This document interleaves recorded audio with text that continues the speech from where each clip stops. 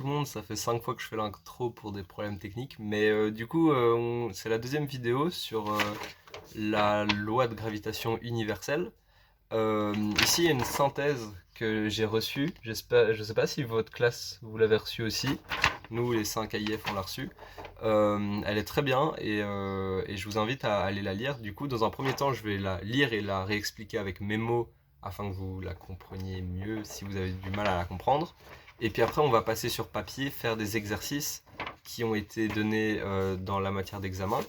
Et on va essayer de faire ça de manière claire. Et voilà, hein, c'est parti, hein, let's go. D'abord, ce qui est dit dans cette synthèse, c'est que les corps à proximité de la Terre tombent. Ils sont attirés par le centre de la Terre. Donc, jusque-là, ça va, c'est plus mobile. Si on le fait tomber, enfin si on le lâche, il tombe vers la Terre. Voilà. On nous dit aussi que quand on lâche un objet, en l'absence de frottement, c'est un MRUA qui est créé. Donc, ce qu'il faut s'imaginer, c'est un puits très très profond, ou juste un trou, dans lequel on a enlevé l'air pour qu'il n'y ait plus de frottement. On lâche une pièce ou un Playmobil de tout en haut de ce puits, le Playmobil va accélérer progressivement. Donc sa vitesse va augmenter progressivement, pas son accélération. Son accélération sera toujours la même. Sur Terre, son accélération sera 9,81 mètres par seconde au carré. Donc voilà, du haut de sa chute jusqu'à la fin de sa chute, le Playmobil va accélérer petit à petit. Newton considère que cette accélération est due à une force dite de pesanteur. Donc c'est littéralement le poids des objets. Quand on dit le poids, souvent on a tendance à penser à la masse, on va répondre en kilogrammes, mais la vraie réponse, ce serait en newton, parce que le poids, la pesanteur s'exprime en newton. La pesanteur était égale, elle l'est toujours égale, à la masse fois petit g. Petit g, c'est l'accélération provoquée par la Terre, donc c'est toujours 9,81. Cette force de pesanteur elle est dirigée vers le centre de la Terre et elle exerce une force d'attraction sur les objets à proximité. Voilà, c'est ce qui est dit dans la synthèse. En conclusion, on peut dire que l'intensité de cette force d'attraction est proportionnelle à la masse des objets attirés. Donc, plus la masse est élevée, plus il sera attiré vers le centre de la Terre, puisque plus son poids sera élevé. Une deuxième chose que Newton remarque, c'est que la Lune reste voisine à la Terre, elle reste proche sans jamais s'écraser dessus.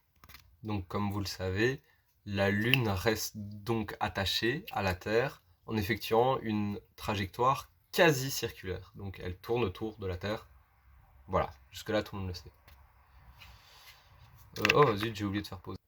Il conclut donc en disant que la Terre exerce une force d'attraction sur la Lune, mais cette force d'attraction, elle n'est pas trop grande, sinon la Lune viendrait s'écraser sur la Terre, vu que la Terre, ça c'est la Lune, ça c'est la Terre n'exerce pas une force trop grande, sinon la Lune viendrait s'écraser, et pas non plus trop faible, parce que sinon la Lune ne serait pas attirée par la Terre et s'éloignerait petit à petit, peut-être serait déviée d'un axe, enfin d'une trajectoire, mais elle ne resterait pas attachée comme on le sait.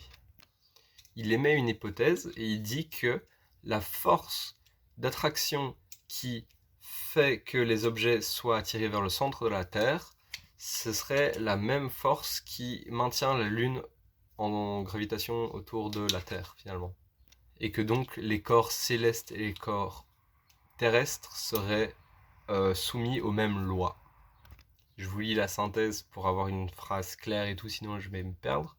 Et donc la force qui retient la Lune sur son orbite serait de même nature que celle qui fait tomber un objet vers la Terre, et pour une masse donnée, l'intensité de la force diminuerait avec la distance. Ce que ça veut dire, c'est que, imaginons la Terre qui est là, si on place une masse de 1 kg près de sa surface, la force va être plus forte que si on plaçait ce même objet de même masse d'1 kg plus loin de la Terre. Là, il serait un peu attiré, mais moins. Et voilà, c'est ça que cette phrase veut dire, qui peut être un peu compliqué. Donc voilà, la Terre attire les corps à sa proximité, ainsi que la Lune, et le Soleil attire les différentes planètes. Et donc, Newton dit que tous ces corps subissent et obéissent à une même loi, cette loi de gravitation universelle. Donc l'intensité de la force exercée entre deux corps, je lis, elle est l'intensité de la force, elle est proportionnelle à la masse attirée et inversement proportionnelle au carré de la distance séparant les corps qui attirent le corps attiré.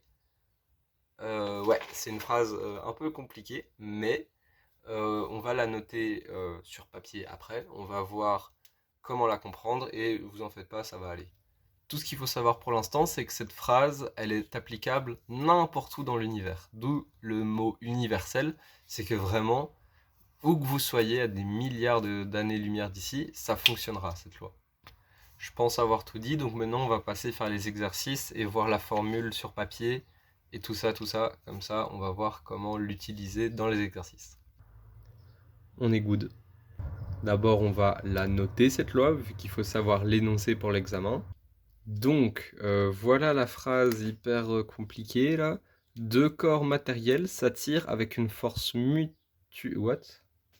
Deux corps matériels s'attirent mutuellement avec une force proportionnelle au produit de leur masse et inversement proportionnelle au carré de la distance qui les sépare. J'ai fait une erreur, mais voilà. Voilà, c'est mieux. Voilà, quand on la note mathématiquement, ça devient d'un coup beaucoup plus simple à comprendre et on va voir ce que c'est. Donc la force qui s'applique et qui attire deux corps matériels, comme on dit, donc c'est cette force-là, elle est proportionnelle, et donc en gros, elle dépend de la masse des deux objets qui s'attirent entre eux, et inversement, donc divisé par le carré de la distance qui les sépare. Dans la synthèse, il y a tout qui est expliqué, chaque truc ici, donc ça, ou je vais tout renoter pour être sûr. Mais voilà, vraiment étudier cette synthèse, elle est parfaite. Donc la force s'exprime bien en newton comme toutes les forces. M1 s'exprime en kilogrammes, c'est la masse de l'objet 1. M2 c'est la masse de l'objet 2, toujours en kilogrammes. D c'est la distance entre les objets, donc D au carré ce sera le carré de la distance qui les sépare. Et G c'est une constante, ce sera à mettre dans votre truc, mais elle vous la donnera à l'examen, ça je le sais. Donc, enfin elle nous l'a dit quoi. Ça, c'est pas à retenir, vu que on va vous la donner. Mais important de bien comprendre. Ça, je sais même plus ce que c'est. Genre, elle nous l'a dit, mais je le note entre parenthèses, comme c'est dans la synthèse. Mais vraiment, c'est pas important. Juste, comprenez bien que ce sera toujours le même nombre et qu'il faudra toujours le mettre dans la formule, mais qu'il faut pas le retenir. Bref. Alors, donc, dans la matière d'examen, on nous demande de savoir faire les exercices de la page 106, les exercices 3 à 7. Donc on va commencer par l'exercice 3, qui est tout simple. Que se passerait-il pour la Lune si, subitement, la force d'attraction exercée par elle par la Terre cessait? Donc voilà la situation. Ici il y a la Terre, ici il y a la Lune. Et là on nous demande d'imaginer ce qui se passerait si, subitement, la force que la Terre exerce sur la Lune, elle disparaissait. Eh bien dans ce cas, on a juste à regarder les vecteurs qui restent. Hop, il reste que le vecteur qui pousse la Lune par là. Donc on imagine que la Lune quitterait son orbite pour tout simplement continuer un mouvement rectiligne uniforme et petit à petit disparaître et s'éloigner sur une ligne droite. Je sais pas si vous voyez le lancer de marteau là, bah, c'est à peu près pareil. Imaginez quelqu'un qui tient son poids et qui le fait tourner autour de lui. Hop là d'un coup il le lâche, le poids, hop il va aller tout droit et il va aller loin. Et voilà. Ça c'était pour l'exercice 3, maintenant on va passer à l'exercice 4. Ça c'était pour un peu comprendre tout ça, mais maintenant on va passer au calcul.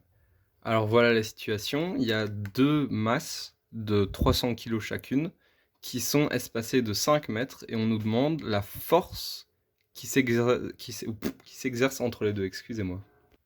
Pour cela, on va tout simplement reprendre notre petite formule ici, donc on nous demande bien la force. Et il va falloir remplacer dans la formule par les informations qu'on a. On va la réécrire. Donc F est égal à grand G fois M1 fois M2 sur la distance au carré. On remplace, donc c'est égal à G fois 300 fois 300, vu que les deux sont égales à 300 kg, divisé par 5 au carré. On peut donc déterminer que la force est égale à G fois 3600. On calcule avec la calculatrice, donc l'oubliez pas à l'examen. Ok, j'avais fait une pause, on est le lendemain, du coup je m'en étais arrêté à là. Donc maintenant, on a juste à remplacer G par la constante de Cavendish. On obtient ça, et c'est juste tout simple, c'est des calculs, on remplace et on utilise la calculatrice toujours. Alors ça, c'est le premier point de l'exercice. Maintenant, on nous demande une deuxième chose, il faut comparer l'intensité de cette force au poids de l'une des deux masses. Alors ici, du coup, on a la masse. Toujours attention à ce que j'avais dit en début de vidéo, il ne faut pas confondre poids et masse. Donc maintenant, on cherche la force poids. Oh, c'est même pas sur la feuille, voilà. Force poids, qui va s'exprimer donc en newton, et on a sa masse en kilos. On sait que la force poids est égale à la masse fois la force d'attraction. La masse étant de 300 kg, et le petit g sur Terre, c'est toujours 9,81. Cela nous donne 2943 newtons. Donc maintenant qu'on a la force poids d'une des deux masses, on peut comparer l'intensité de la force qu'on a trouvée à cette masse. Pas cette masse, ce poids, pardon. Pour comparer, on fait la force poids divisée par la force qu'on a trouvée, et on va voir combien de fois la force, ici, rentre dans la force poids. Donc voilà, on remplace. Et cela nous donne cette réponse. Donc on peut dire que la force poids est 12 milliards de fois plus élevée que la force d'attraction entre ces deux sphères. La comparaison, c'est bon, on a fait le point A, le point B. Maintenant, il y a un dernier petit point qu'il faut faire avec cet exercice, on va voir ensemble. On nous demande quelle intensité aura la force si la distance n'était pas de 5 mètres, mais de 20 mètres. C'est tout simple, il faut juste remplacer dans la formule le 5 par 20, et on va faire ça ensemble, et c'est simple. Voilà, j'ai essayé d'aller vite pour celui-là, parce que c'est vraiment juste des chiffres remplacés, et c'est tout.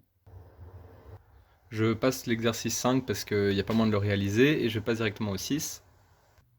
Alors voilà la situation, il y a deux sachets de billes, un qui en contient 25 et un qui en contient 75, et ils sont placés à une certaine distance d. Dans un premier temps, on va calculer la force qui s'exerce entre les deux dans la situation initiale, donc F1, toujours en utilisant la même formule. Voilà, on note ça. Pour l'instant, il n'y a même pas besoin d'aller plus loin, il faut juste noter ça. Maintenant voilà, plus tard dans l'exercice, ils nous disent que on double la distance entre ces deux sachets de billes. Et après, on veut que la force d'attraction reste inchangée. Donc on va voir ce qu'il faut faire au niveau des sachets de billes, de la quantité de billes, pour que la force reste égale. Mais avant cela, on va trouver F2. Pour l'instant, la seule chose qui change, c'est la distance. On note bien, entre parenthèses, 2 fois d au carré.